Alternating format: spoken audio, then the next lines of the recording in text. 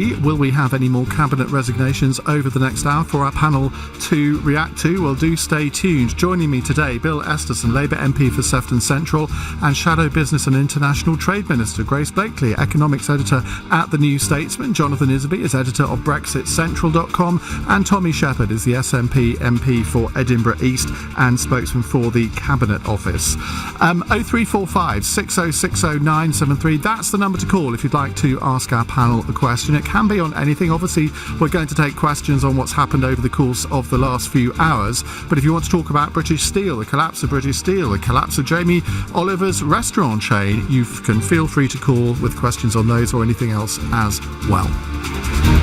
Call 0345 6060 973. Tweet at LBC. Text 84850. Cross Question with Iain Dale on LBC. Well, before we go to the callers, I just want to get your individual reactions to the resignation of Andrea Leadsom. Does that mean you think that Theresa May won't be Prime Minister this time next week? Tommy Sheppard. There's a good chance she might not be Prime Minister by Friday night, the way things are going. I find I'm a bit cynical about it, Ian, to be honest. I think this is clearly a calculated move, and it's designed to for Andrea Leadsom's leadership bid, and she's off and running, and she has the advantage now of being the first one to do so. I mean, when you think of what she's put up with over the years, I mean, she's not really looked happy in her work in the chamber for some time, but she's put up with it. Why break now? Why break on the eve of an election? I think it's because the person who does that first gets the attention, gets the momentum, and whoever does it second is going to be looking out there. They're playing catch up with Andrea Leadsom. So this is the start of her leadership campaign, one amongst many.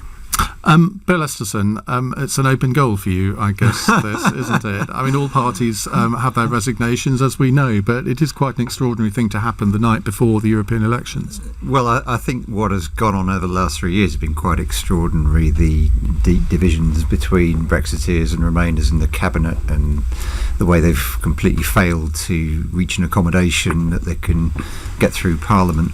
3 times the vote has come, 3 times it's gone down. The first of them was a record defeat for any piece of government legislation. What I find odd, and I tend to share Tommy's assessment that this is a bid for leadership, but what I find odd is that given what I think she said, which is her concern about a referendum, that actually what the Prime Minister came forward with yesterday, repeated in a statement today, doesn't offer a referendum. It offers the same thing as any legislation where you could attach an amendment calling for a referendum. So it must be about something else, and I can't think of anything better than the answer Tommy gave, which is it's the start of a leadership bid. Grace Blakeley, what's your view? Well, I mean, the sharks are clearly circling, aren't they? Like, they smelled blood in the water as soon as May decided she wasn't going to put this the WAB on the table once again, and they've been waiting for their opportunity for a very long time. I think just after we get the results on Sunday, when we see that the Tories have taken an extreme thrashing in the European elections, people want to have their ducks in order for that news to come in, so they can start launching their leadership campaigns. So it's going to be a fun summer for all of us, watching various different Tory politicians tear each other to pieces. Don't forget, you can watch us live on Facebook, our Twitter feed at LBC, on YouTube, and also the LBC website at lbc.co.uk. Jonathan Isaby, what do you think that the Prime Minister will still be in post this time next week? Well, she'll still be in office as Prime Minister, because even if she announces that she's going to quit as Tory leader in a couple of days' time, I mean, she's seeing Graham Brady on Friday. That's the kind of latest deadline that's been there. But clearly that contest is going to take anything between 6 and 8 weeks to take place. And I think she would probably want to stay on for that period. Wouldn't she think, well, sod the lot of Well, you? she's wanted to stay on through thick and thin and everything that's happened over the past few months, few years, frankly. So I think the idea that she would go in a fit of pique now, I think, is unlikely, not least because in a couple of weeks' time you've got the US President's state visit, the D-Day commemorations and so on. And I'm not quite, there isn't really, when a party's in government, there isn't really a precedent for having a caretaker actual prime minister while you elect a new leader. Whereas if you're in opposition, we saw with Labour several times where Margaret Beckett was an acting leader, Harriet Harman was an acting leader while contests were going on. But they only ever allow women to be acting leaders, I guess, don't they? Sorry, facetious point. That point. Right, let's go to our first question. It's Angela in Gateshead. Angela, what would you like to ask our panel? Oh, hi, Ian. Thank you very much for taking my call. I'm a bit overwhelmed, but the point I would like, what I would like to ask is, I don't know if I want to ask anything really. I just want to say something. Go on then. My point is that these talks between parties, particularly the Labour Party, in the last couple of months. I mean, in my mind, we only heard. I only heard when Dominic Raab resigned. Prior to that, nobody really knew what was going on, and he resigned, and I take my hat off to him, because through him we found out, really the stalemate, I just feel as if it's all been cloak and dagger, and she's so determined to get this deal through, and the reality is that the deal is flawed. So, Angela, do you have a question for our panel? Well, I would like to see, who could take the gauntlet from her. Okay. I'm interested All to right. know. Well, let's ask that question to our panel. Grace Blakeley, who would you least like to see take over from Theresa May, and who would you most like to see? That's a tough question. Because, I mean, I think it all depends on how the leadership contest plays out. Because if they do the normal contest, then you're going to have two people selected by the party that are then put to the membership. You have to take into account the membership are something like 70% of them favour a no-deal Brexit. So of those two candidates, whoever gets in, whoever wins is going to be the most hardcore Brexiteer that we can conceivably imagine. At the moment, the odds for that are Raab on the very far end of kind of extreme Brexiteer, and Boris Johnson, who's managed to kind of build up a constituency of people who believe that he is a hard Brexiteer, regardless of what he actually thinks, if he actually thinks anything. I think if we get Raab, the danger is that we end up careering towards a no deal more, and I think that's more likely than if we get Johnson. But if Jeremy Corbyn could have his pick of Tory opponents to fight at the next election, who do you think he would like? That is because they're all so good. I mean, if you had Boris, I mean, he's a joke. Like most of his party hate him anyway. If you have Raab, he's a complete and utter extremist. If you had someone like Gove, he's again widely hated, has gone through various different departments, screwing them all up. Same can be said for someone like Grayling. Hunt is just associated with completely screwing up the health system. I mean, it's just staggering, the level of incompetence. So you're happy with any of them? Yeah, like any of the old white men that are kind of going around waiting to pick up her job. Jonathan Isaby, as I said a few minutes ago, you're a seasoned observer of these leadership races. Who would your money be on?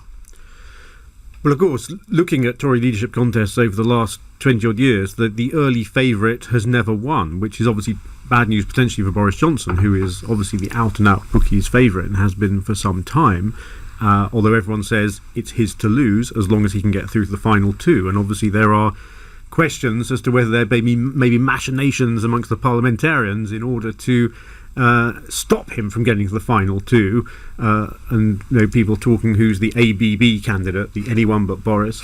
But if he does get to the final two, it would presumably be against somebody like Jeremy Hunt or Sajid Javid, who's probably someone who backed Remain, albeit who has now embraced Brexit. But I think in that situation, the more staunch Brexiteer is likely to win. That could be Boris Johnson, that could be Dominic Raab if he got through to the final two. But then there are other Brexiteers potentially in the mix. Angela Leadsom possibly. Esther McVey has announced she wants to stand. And another dark horse is probably Penny Mordaunt, who we haven't heard a great deal of, but has obviously just become Secretary of State for Defence, was a big figure in the Vote Leave campaign, and doesn't fit Grace's caricature of pale, male and stale. No, I won't say that. Bill. Bill, what would you? I'm curious to know what you were going to say there. What do you think the Tories are likely to do? Who do you think they're most likely to choose? Well, frankly, I've no idea, and I don't really care. I suspect if it's down to the membership, it would be Boris Johnson. I'm tempted to say, sort of listening to the names we've heard, that we'd want Chris Grayling, because he seems to have screwed up more. I don't think he's going to run. He's screwed up more in government than the rest of them. But the point there is that actually they are all culpable. They have all been there since 2010. They all have their fingerprints all over austerity, the cuts to the health service, to schools, the fact that we've got the slowest recovery of any of our major competitors since the financial crisis. So whichever of them it is, they will still have that legacy. And I think, in looking at the frustration I think that Angela was expressing, whichever of them it is, we've already seen with the mishandling of any attempt to get a deal through, that they're still going to have the same problem with the new leader that they have with the current one, that the current deal is the only possible chance of avoiding a complete split in the Conservative Party, and it sounds absolutely no chance of getting through Parliament, and that dilemma will confront whichever leader takes over. Okay. So I think whoever it is has got big problems. Tommy Sheppard, from a Scottish point of view, would I be right in thinking you would quite welcome Boris Johnson taking over? Well, I think this is a part in if you're thinking of your party rather than the country, maybe. This is the part in the show where I point out things are slightly different in Scotland. I mean, we voted by a fairly big majority to stay in the European Union, and opinion has actually hardened in that over the last 3 years. So in tomorrow's elections, I think people are going to be voting not just on whether they are for or against Brexit, but they're also going to be motivated by the way in which the process is unfolded. And there's a strong and growing feeling in Scotland that Scottish public opinion and Scottish representatives are not being listened to in the whole Brexit debate, despite the promises that we would be back in the 2014 independence referendum. So if the new Tory leader is somebody who's even more determined to achieve Brexit without consulting with people who disagree with it, then I think that will harden opinion further in Scotland and intensify that divide. And it is becoming a little bit of a recruiting sergeant for the independence cause, and people saying, well, maybe we should take control to coin a phrase, and see if there is an alternative. But Iain, I think there's an interesting paradox here, which is that, and this must be a real dilemma for many Tory MPs and for the Tory leadership, which is that, you know, the majority in the House of Commons is wafer thin now. Even with the DUP, they've got a majority of three. Yeah. So if somebody is elected who is going to, and it only takes a handful of Tory MPs in the Parliamentary Party to say, well, that's it, I've had enough, I'm not following that whip, I'm not taking orders from whoever it is, then the Tories could be in a position of getting a new leader but losing a Prime Minister, all in the space of a very short period of time. So they need to be mindful of that. If they're not, unless they want to cut and run for an early election, which I presume they don't want to do anytime soon, then to get through the next 12 months, they're going to have somebody who can reach out across the House of Commons and reach out to the country. Paul Waugh from the Huffington Post has tweeted this. He says, forget the Prime Minister. This confirms the end of days feel at Westminster. A sign outside Greggs opposite the Houses of Parliament. We're having problems with our ovens and we're unable to serve any of our tasty savouries at the moment. We're sorry for any inconvenience caused. I thought that was funny. Maybe it wasn't. 0345 60609. Pale and stale, you see. Just the pies. We will take more of your calls in a minute. 0345 6060973. And while we're doing that, you might want to tune in to us so you can watch us on Facebook, Twitter, YouTube, and on our website at lbc.co.uk. It's 17 minutes past 8. The European elections results. Follow the fallout. Starting Sunday evening from 10 with Iain Dale and an LBC election special with Nick Ferrari. Bank holiday Monday morning from 6 a.m. LBC. Right now, your work devices are at risk from data loss, hackers, and misuse. And if your website or systems are targeted, it could have a huge impact on your finances and reputation. Today, CyberCovered could protect your business with award-winning cyber insurance from just £9 a month. helping to provide expert support and offset the extensive costs following an incident. Get a fast quote and buy online at cybercovered.com. At QuickFit, we want you to have complete peace of mind. That's why right now, we're giving away a free dash cam worth $79.99 to every customer who buys 2 or more Michelin tyres. Just book online or head down to your local QuickFit today and drive away happy with a free dash cam. For terms and conditions, visit quickfit.com. At Wickes, starting tomorrow, there's buy one, get one free on all 2.5 litre emulsion, including great brands like Dulux. Ends Monday. Terms apply. Global Player. The brand new app. Radio, playlists and podcasts. Where it's all together and all for free. So, whatever your mood, Or whatever you're doing and wherever you are going. Tackling the biggest stories and the issues that matter. Global Player. Download it from your App Store now. Right now at Vodafone, enjoy 4 times more data on the brilliant iPhone XR and other pay monthly phones. Get more tunes pumping, get more FaceTimes rolling, get more apps apping, more maps mapping, more emojis emojiing, and more box set binging in stunning HD. That's 4 times more data with 60 gig for the price of 15 on a range of pay monthly phones, including the brilliant iPhone XR. The future's exciting. Ready? Vodafone. For terms and exclusions, see vodafone.co.uk. OK, guys, as promised, here's my signature caprese salad with fresh Galbrani mozzarella. Ooh. In Italy, we say Galbani. Yeah, Galbrani, topped with fresh basil and drizzled with a perfect balsamic dressing. Mwah. No, it's Galbani. Galbani mozzarella. Well, that's what I said. Galbani. Galbani. Galbani. Oh, my Galbani. For proper Italian mozzarella, it's got to be Galbani. Top marks to the @UberUK driver who battled the traffic to get my disabled mum home, then messaged to let me know she was safe. #great service. That was a tweet from John Preston. To all the drivers changing the way the world moves, we couldn't have said it better. Uber. Where to? Whoever they want to be in life, give them a great start with WellKid. Carefully balanced, great-tasting vitamins and minerals for 4 to 12-year-olds, with specific nutrients such as zinc and vitamin D, which support normal immune system function. The WellKid range from Vitabiotics, from Boots, pharmacies and vitabiotics.com. Cross Question with Iain Dale on LBC. Text 84850. 21 minutes past 8. Just a reminder, after 9 o'clock, we're going to be getting your reaction to Andrea Leadsam's resignation, and we're going to be asking you what the Prime Minister should do next. Should she stay? Should she go? There's a clash, isn't it? Another joke which has fallen flat. Let's go to the next question. Your questions are to Bill Esterson, Grace Blakeley, Jonathan Isaby and Tommy Sheppard. Robert's in Dulwich. Hi, Robert. Evening all. I was really angry and I was trying to get this question right, and I'm going to make it short because I'm glad you have one. I'm so upset. Look, this British Steel situation where we've got 4,500 to 5,000 workers and their dependent families who will have a gnawing pit in their stomach tonight because they don't know what's going to happen to them because the government wasn't able to come up with £75 million. I am so upset by this because, as I understand it, I was researching this to make sure I get my numbers right. But didn't they just pay 100 million to the EU in carbon emissions taxes literally weeks ago? And then we can't come up with 75 million to keep the families working. But these are families. And what's incredible is we're now going to spend our time agonising over a Tory leadership battle and all.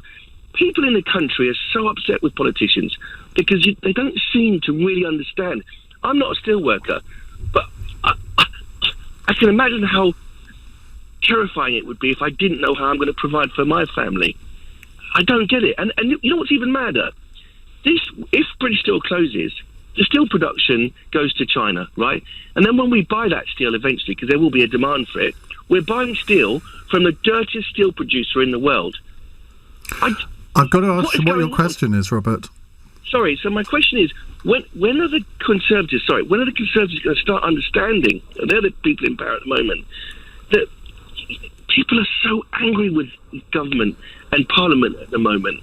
You've got 4,500 families tonight. All right, okay. That don't know where they stand. You've made the point. Bill Esterson, now you're a shadow business minister. What would Labour have done here? Well, Robert, I think you've put your finger on this, which is that people are incredibly frustrated that Brexit's just taken up all the oxygen and all the attention. And we need to get past the finger pointing. We need to move away from whether you voted leave or voted remain and deal with these really, really weighty issues. And the steel crisis is a good example. We've got a cost of living crisis where wages have fallen. We've got a crisis in the NHS. We've got the climate emergency to deal with. But turning to steel, absolutely, the sum of money involved to keep British Steel going is relatively small. It's certainly smaller than the amount needed by Chris Grayling for his ferries, for example. But look, we need to get point I was going to make. We need to get Brexit out of the way. We need a deal to go through. And I think the time has come where, as Jeremy Corbyn said over the weekend, it should go back to the people for a final Well, I don't know say. how you get into Brexit on this. No, hang on a minute. So I'll explain. So we can move on and deal with these sorts of issues. Well, but how would you? I think that was the question Rob was asking. So you think that they should have been bailed out, or would you go? Jeremy Corbyn has said, I think, that he would renationalise British Steel. Well, we need the option of taking a public stake, which is what happens across the continent, and we need a steel sector deal. I was at an event on Monday where the government was talking about getting closer to that, but it just hasn't happened yet. This is a core industry. It should be at the heart of any industrial strategy. We should have our Navy warships being built with UK-made steel. Well, we should have strong we can't export. because we're in the European Union. That's not true. That's not true, because if you designate them as warships, you overcome that. You can use the state aid rules by putting carbon footprint as one of the criteria to make sure that UK steel does have first preference. It can be used for the kind of Green Deal proposals that we've got, that we want to bring in coming into government, for building wind turbines as part of decarbonising the economy and saving the environment. There's lots of options, but Robert's dead right. 4,500, 5,000 direct workers and their families, 25,000 in the supply chain.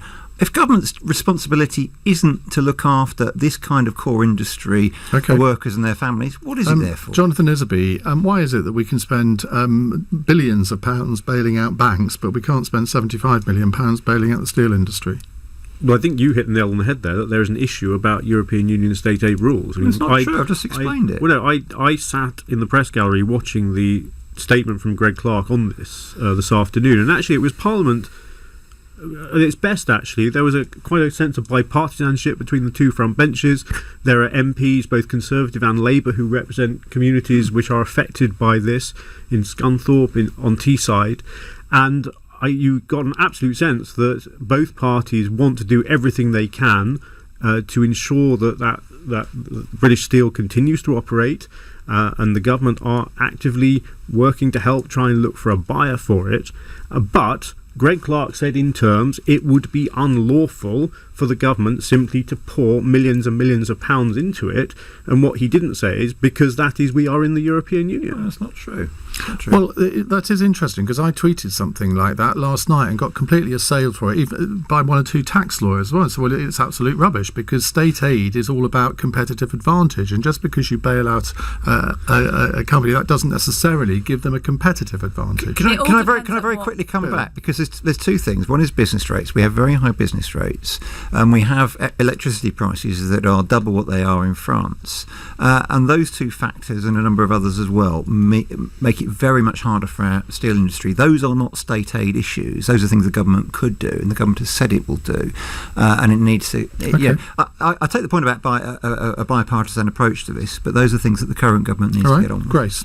There are two things that happened today that actually matter. One of them is the fact that British Steel is about to collapse. The other is the report from the UN Special Rapporteur on poverty that says that the Conservative Party is effectively resurrecting the kind of Victorian approach to putting people in workhouses, right? And of those two things, let's talk about British Steel. We may have a question on that. Great. Well, let's talk about British Steel. So IPR, which is I work at the Institute of Public Policy Research as well, and we've done some data crunching that shows that the collapse of British Steel would cost cost almost $3 billion in lost wages, $1.2 billion in government spending, and over $1 billion in lost tax revenues. And I think that's probably why there is allegedly a cross-party consensus that this does need, the state needs to step in to support this. There are issues around EU state aid. There is absolutely no denying that. The question is, what is the motive for the Conservative Party to say we do not want to step in and nationalise British Steel? Because for a long time there has been a history of Conservative governments and civil servants, etc., using state aid as a kind of as an excuse for not being more interventionist in the economy. Now, if this was a Labour government in power, and Jeremy Corbyn has said that British Steel should be nationalised as part of a Green New Deal, because if we were doing something like trying to build wind turbines, solar panels, and importing all our steel from China, that would be terrible for the environment. So we do need steel production. Then that would potentially be an issue that we would have to deal with. It would be taken to court, it would have to be argued, and again, it would all be determined by the way in which the state dealt with this entity. For example, it wasn't technically against EU state aid rules to renationalise the banks. What was against EU state aid rules was using those nationalised banks to revive the economy by redirecting lending into sectors that would have boosted economic growth. And we weren't able to do that, and the way in which we had to sell off those shares in those companies was dictated by EU state aid rules. So there is clearly an issue here. But the main issue is the complete lack of any kind of desire or willingness on the part of the party of government to deal with anything other than their own internal psychodrama and actually face up to the fact that millions of people in this country are suffering. Tommy, very quickly if you can, because I have to go to the news shortly. Okay, well, I mean, this government over the last 12 months has spent more than £4 billion preparing for a no-deal Brexit. So it beggars belief they couldn't have found... I think they'd budgeted that. They haven't spent that. Well, they're working their way through spending it, so it beggars belief that they couldn't find a relatively small amount more to deal with British Steel, especially when British Steel say the reason for the problem is because of Brexit. But when Greg Clark says he's advised by his department's lawyers that it would be unlawful for him to do this, I mean, we have to... Well, it wouldn't be unlawful for them to nationalise it and take it over. And it wouldn't be unlawful for them to actually develop a proper industrial strategy in the United Kingdom which looks at what we need to, what industry we need and what we need it for.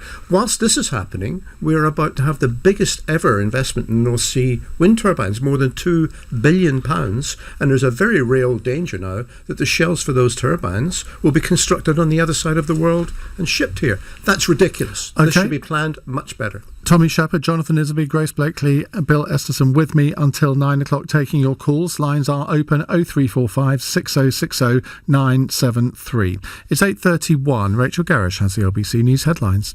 Leader of the House of Commons, Andrea Leadsom, has resigned from the government. She said in a letter to Theresa May that she no longer believes the Conservatives' approach will deliver on the results of the referendum. There are already increasing calls for Theresa May to step down as Prime Minister.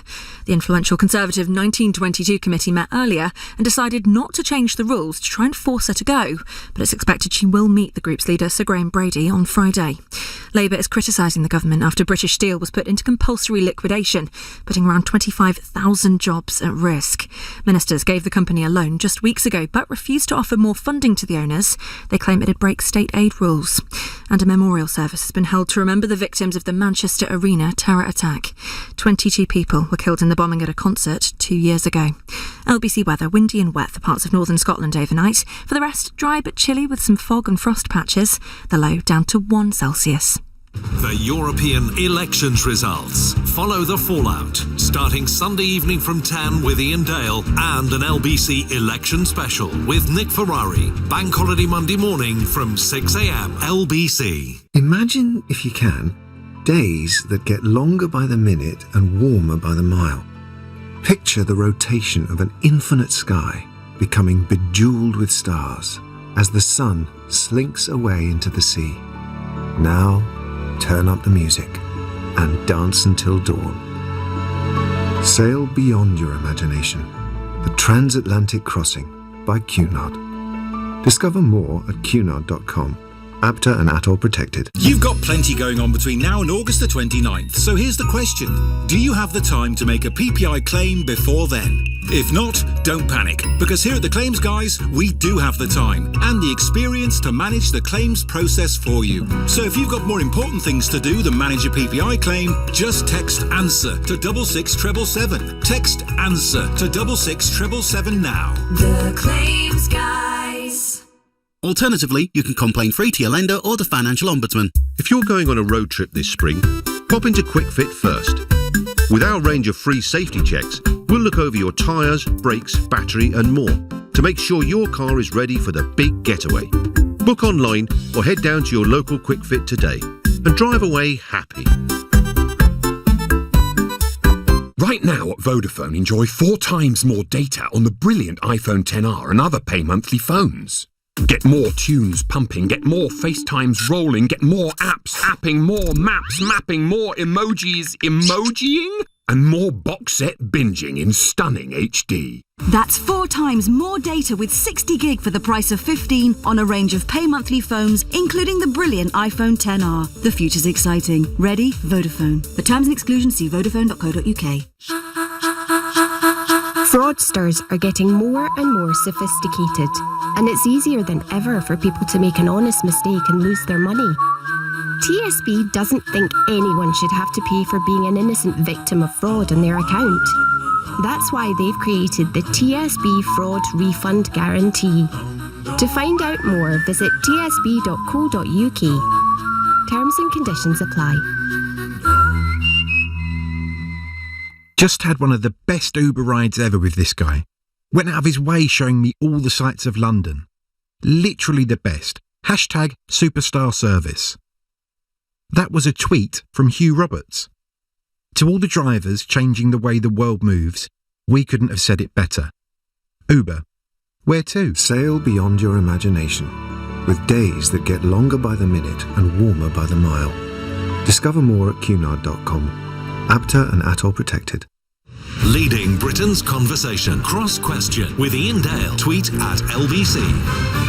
25 to 9. Let me reintroduce my panel to you. Bill Esterson is Labour MP for Sefton Central, Shadow Business and International Trade Minister. Grace Blakeley is Economics Editor at the New Statesman. And Jonathan Isaby is Editor of BrexitCentral.com, does what it says on the tin. And Tommy Sheppard is SNP MP for Edinburgh East and SNP spokesman for the Cabinet Office in the House of Commons. You can watch us live on our Facebook page, Twitter feed, YouTube, or on our website at lbc.co.uk. Dougie is in Wolverhampton. Hello, Dougie. Hello, Ian. What would you like to ask? The question I'd like to ask is, have the Tories been worrying about Jeremy Corbyn when they should have been more worried about Nigel Farage, who is the only one that is standing up for the 17.4 million of us that voted to leave? So, should the Conservatives be more worried about Nigel Farage than Jeremy Corbyn? I'll come to you, Jonathan, on that. Well, they certainly should in terms of the European elections that are happening tomorrow, because all the polls are showing the Brexit Party way, way ahead of all the mainstream parties. Indeed, there are some polls that show that even the Liberal Democrats are ahead of the Labour Party, and we could end up with a very bizarre result where the two main political parties in this country, between them, get about a quarter of the vote, if that. It's an extraordinary situation. In terms of Farage, I mean, what you saw at the referendum and the 2017 general election was, in 2017, both main political parties saying they accepted the referendum results and were going to deliver Brexit. And at that election, which was a snap election, UKIP, as it then was under Farage, didn't contest a huge number of seats. They weren't organised for a snap election. They didn't put many candidates up. But also there wasn't, and where they did stand, they didn't get many votes because both manifestos from Labour and Tory said we're going to deliver Brexit. And Farage, by his own admission, thought his job was done. But, frankly, the decision to extend Article 50 post March the 29th this year is the moment when the Farage genie came out of the bottle. And you've seen within a matter of 2 months, if that, Farage has founded a new party from absolutely nothing and has got to a point where there was a poll today that had them on 38% of the vote for this election that's happening tomorrow, and them likely to win a national election. Well, in my poll on Twitter, 19,000 people have taken part in this poll so far. 62% Brexit Party and UKIP.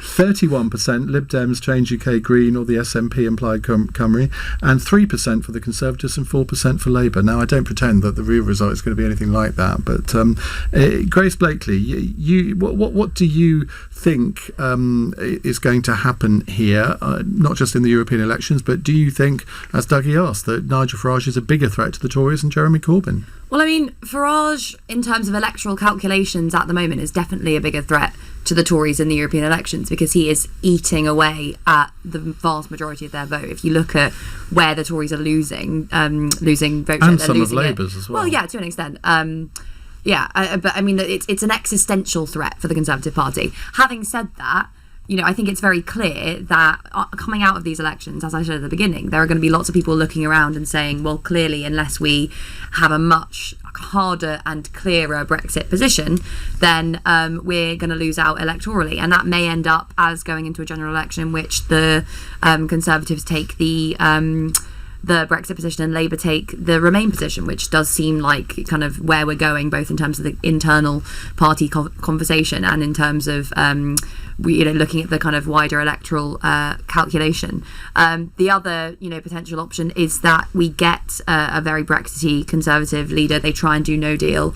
That doesn't work, so they take it to the country in a second referendum, at which point we have no deal or Remain, and that is going to be a very close, from the looks of the polls, that will be a close run thing.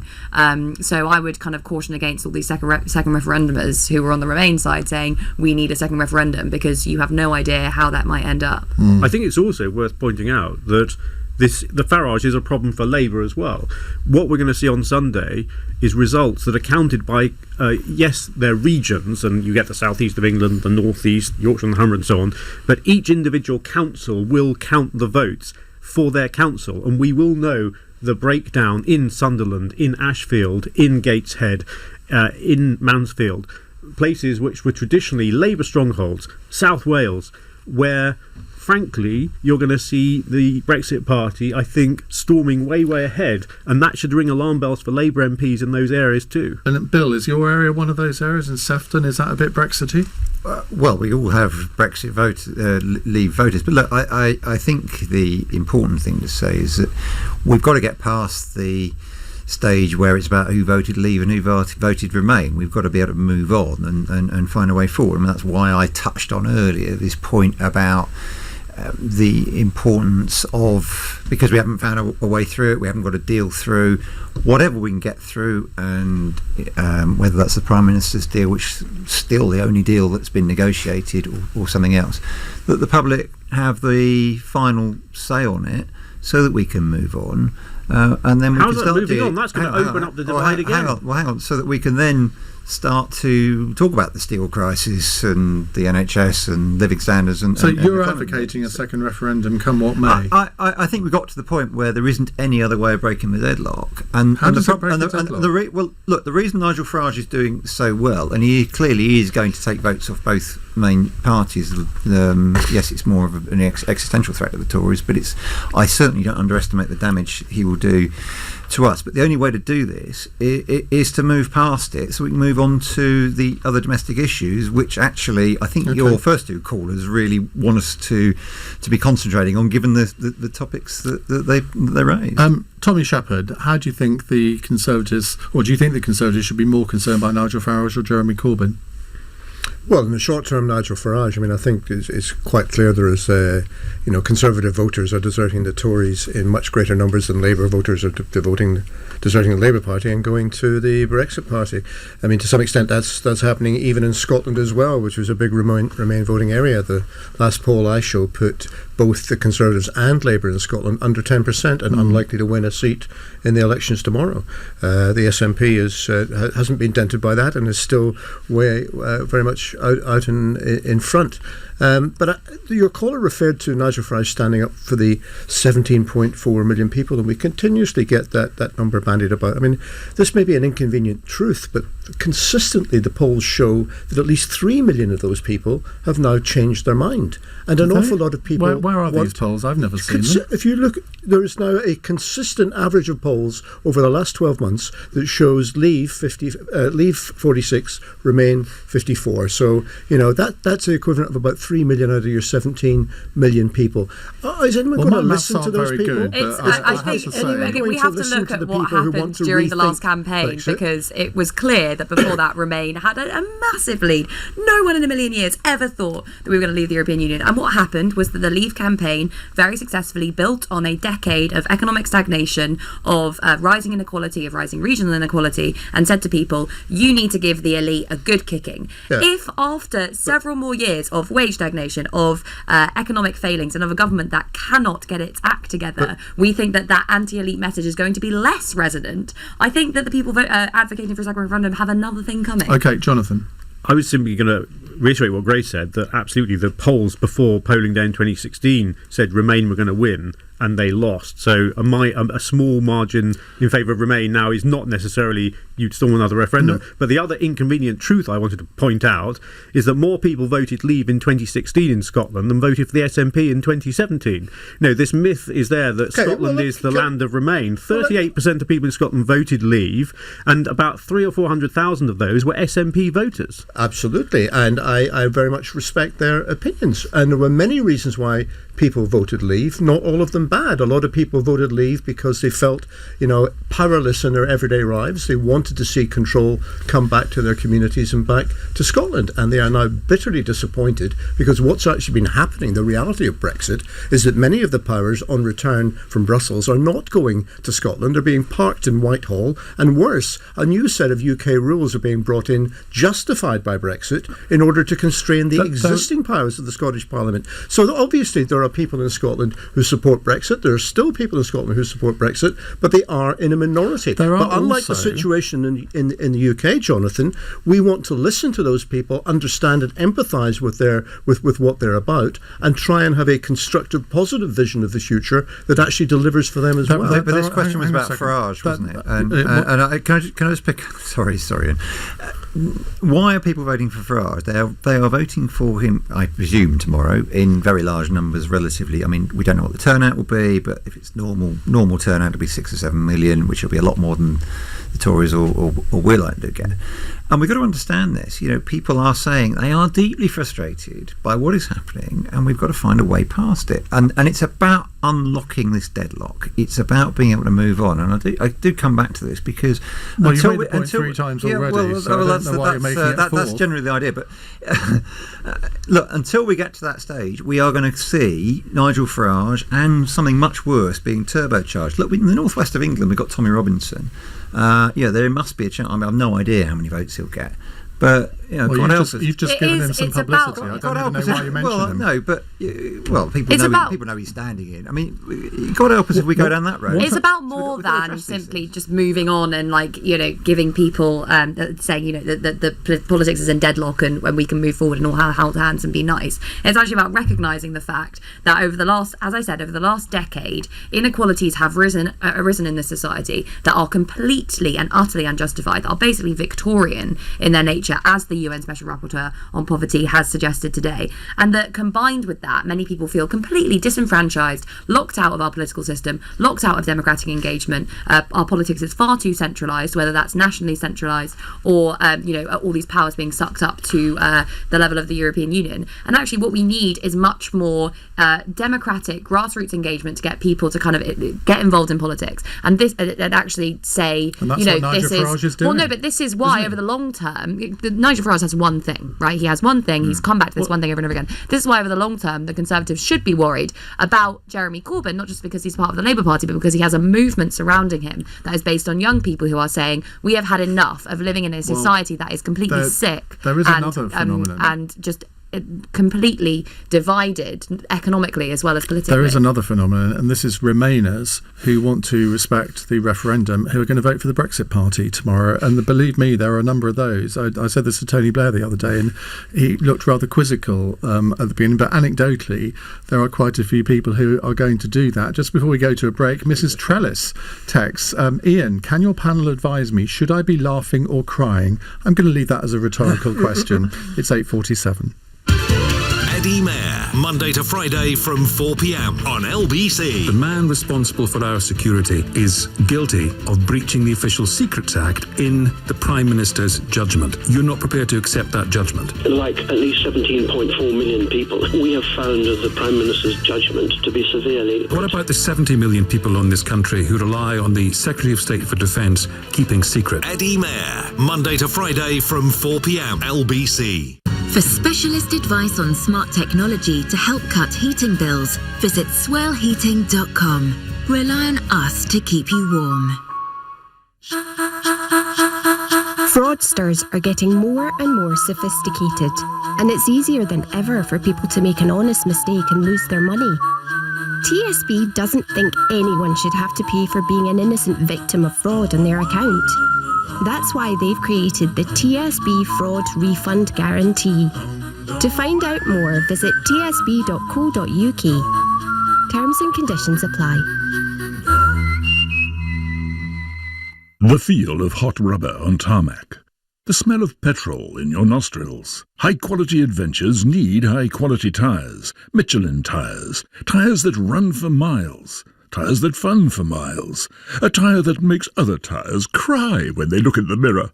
The type of... Yeah, we've only got 30 seconds. That'll do. For long-lasting performance, choose Michelin tyres. Available from the experts at QuickFit. Get a free tyre safety check at your local centre now. Second time an @Uber driver has found my wallet. Forever thankful for honest people in the world. Good karma for sure. That was a tweet from Leighton Williams. To all the drivers changing the way the world moves, we couldn't have said it better than Leighton. So thank you. Uber. Where to? What's your perfect London lifestyle? A spacious family home, a short commute, everything within easy reach. You'll find all this and more at Forbury in Blackheath by Berkeley, a limited number of 3-bedroom apartments and 4-bedroom houses in the heart of Blackheath, just 12 minutes from London Bridge by train. Prices start from £815,000 and the show home is available to view. Arrange a viewing at forbury-blackheath.co.uk. At Wickes, starting tomorrow, there's buy one, get one free on all 2.5 litre emulsion, including great brands like Dulux. Ends Monday. Terms apply. You've got plenty going on between now and August the 29th, so here's the question. Do you have the time to make a PPI claim before then? If not, don't panic, because here at the Claims Guys, we do have the time and the experience to manage the claims process for you. So if you've got more important things to do than manage a PPI claim, just text ANSWER to 66777. Text ANSWER to 66777 now. The Claims Guys. Alternatively, you can complain free to your lender or the Financial Ombudsman. Cross Question with Iain Dale on LBC. Call 0345 6060 973. It's 9 minutes to 9 here on LBC. Don't forget you can watch us live on Facebook, Twitter, YouTube and on our website at lbc.co.uk. Grace Blakeley, Bill Esterson, Jonathan Isaby and Tommy Sheppard with me to take your calls. Ben's in Clacton. Ben, what's your question? How do they think? What do they think of the report by the United Nations on poverty in the UK? Given the fact that Institute of Fiscal Studies, the Russell Trust, Child Poverty Action, Joseph Roundtree's, all of these people already. He plagiarised a lot of their reports when he put them together. The United Nations one, and he went actually physically himself to see areas of deprivation. So, you know, the government seemed to be in denial about the effects of austerity. I'm not going to come to you, Grace, because you've kind of already answered this question, but let's go to Tommy Sheppard. What I think about it, I think it's shocking, and it's a serious indictment on the last 9 years of this Conservative administration. They have, under the guise and the excuse of austerity, they have essentially shifted wealth from the poorest in society to the very richest, and it's immoral and disgusting. And the sooner they change tack, and the sooner we have a different public policy, the better. I mean, the justification for cutting public spending on vital social services, whilst at the same time giving tax cuts to the very richest in our society, was always wafer thin, and now it's just bankrupt. And I doubt Boris Johnson or a new Tory leader is going to your change Westminster leader advocates abolishing capital gains tax in Scotland. I beg your pardon? Ian Blackford wants capital gains tax to be abolished in Scotland. You'll be familiar that the Scottish government is not responsible for capital gains. No, but that's what he would like to do. Well, that's... I'm not aware of Ian saying that. He was in the studio last night for an hour, and I asked him about it, and he admitted that he did think that, and he didn't actually deny that he still thinks that. Well, maybe he does. Maybe it's Ian's personal opinion. It's not party policy. Actually, what's been happening in Scotland with the SNP is in government, they are using the limited powers that they have in order to cut taxes for the poorest earners and increase taxes for people on the biggest salaries. And it's interesting, actually, that with a minor change of that nature, and it is minor, we have been condemned to high hell by the Tories in Scotland and the UK, saying that we're the highest tax part of the UK. Yes, that's true, but we're also the fairest tax part of the United Kingdom. People fail to point that out. So the morality of this is very much in question. It doesn't look to me like the Tories are going to change tack anytime soon. I'm genuinely not trying to bounce you here, because I don't know whether you've read the report or not. It only came out today, but do you know what it says about Scotland?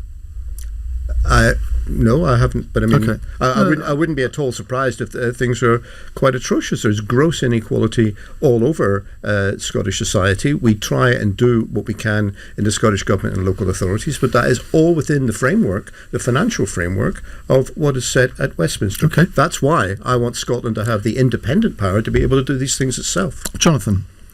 I haven't seen the report. I know the UN occasionally sends someone into the UK for a week or two and go back and write a report that will make some conclusion or other.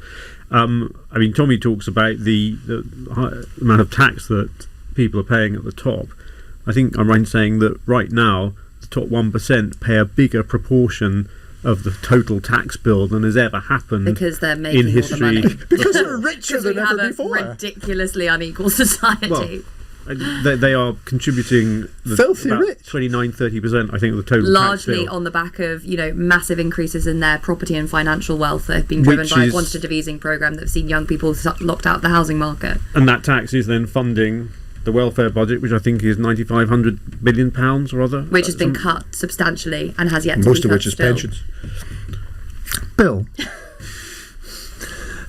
Well, it's completely unacceptable, isn't it? I mean, you have tax avoidance and tax evasion on an industrial scale. You've had tax cuts for the largest corporations and some of the very wealthy.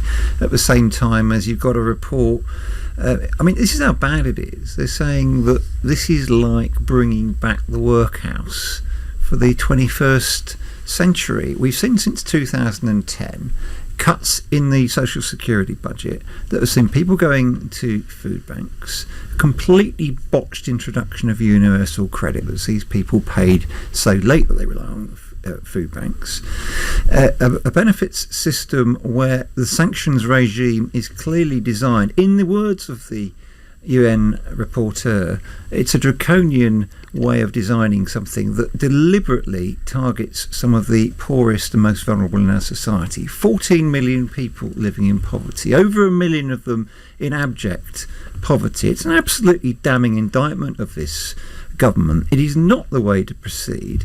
And all of those cuts, all that austerity, local governments had a really bad deal out of it. The health services had a bad deal. Schools have been cut. This is no way to run a modern industrialised economy in the 21st century, and it's on the backs of the poorest and making them worse off. I mean, it's absolutely despicable, and I think the UN's got it right. All of those things that you've mentioned there would require more public money to invest in them. I mean, the question that Labour always gets is, well, where's the money coming from? Well, it's about some of the choices for a start, and we published a manifesto in 2017 which showed where we would raise the money from, and we certainly wouldn't have gone down the road of giving these very large tax cuts to the wealthiest corporations and the wealthiest individuals, and there is undoubtedly scope for better tax collection as well. But look, you don't go around botching the introduction of a new social security system the way this government has done under successive unsuccessful secretaries of state and get a result any other than the one we've got. Look, this UN report is absolutely damning. This government really, if it had anything about it, should take note. Perhaps it's something for the next leader, whoever that is, to take on board. Perhaps they can at least attempt to bring in compassionate conservatism. That's a neat segue into our final question, which is from Robert in Portsmouth, who asks, what would you do in your final hours of being Prime Minister? Now, that's a good one, isn't it? I can think of so many things. Well, go on. You start then, Grace. Why are you asking that? The things that I would do. Okay, I think I would repeal lots of anti-union legislation, probably nationalise a couple of things, set up a national investment bank, impose taxes on various forms of wealth, which is really how we should be raising money.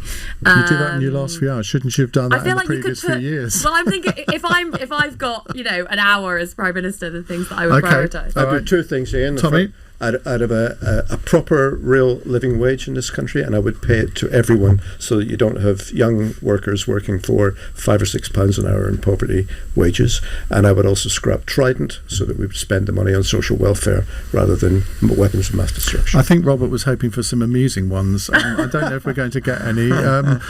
Bill?